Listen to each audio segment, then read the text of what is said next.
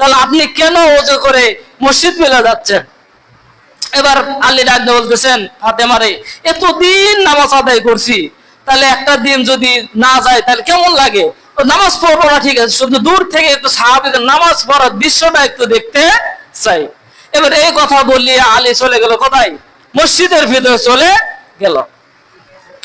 মুসলমান বন্ধুরা আমার, দেখেন সাহাবীরা কেমন ভাবে নামাজ আদায় করতো, এটা বোঝানোর জন্য আপনাদেরকে ঘটনার দিকে একটু টেনে নিয়ে আসলাম। এবার আলী রাদিয়াল্লাহু তাআলা আনহু আস্তে করে মসজিদে নববীর ভিতরে যখন চলে গেল, মসজিদে নববীর ভিতরে এবার মসজিদের ভিতরে ঢুকে নাই, বারান্দার দুই বসে আছে। এবার বসে দিয়ে সাহাবীরা তখন দেখলো কি ব্যাপার, আলী তো বলে গেল সে আর নামাজে আসবে না। এবার ডাক দিয়ে বলতেছেন, আলী ভাই আপনি তো আমার নবীর কাছে বলে গেলেন যে আপনি আর নামাজে আসবেন না, এরপরেও কেন আপনাকে মসজিদে দেখা যায়? এবার আলী ডাক দিয়ে বলতেছেন, রে সাহাবীরা রে, এতদিন তোমাদের সাথে নামাজ আদায় করেছি, কিন্তু আজকে একটু তোমাদের একটু নামাজটা আমি স্বচক্ষে দেখতে চাই।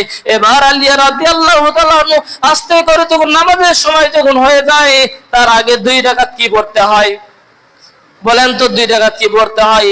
2 রাকাত সুন্নত নামাজ আদায় করতে হয়। এবার আলী রাদিয়াল্লাহু তাআলা আনহু যখন আস্তে করে 2 রাকাত সুন্নত নামাজের নিয়ত করে যখন দাঁড়ায় গেলেন, 2 রাকাত সুন্নত নামাজ আদায় করার পর এবার সাহাবী ডাকতে বলতেছেন, না আলী ভাই আপনি তো নামাজ আদায় করবেন না, আপনি কেন নামাজ আদায় করলেন? বলেন, আমি তো শুধু ফরজ নামাজ পড়বো না এটা বলেছি, কিন্তু সুন্নত পড়বো না সেটা তো বলি নাই।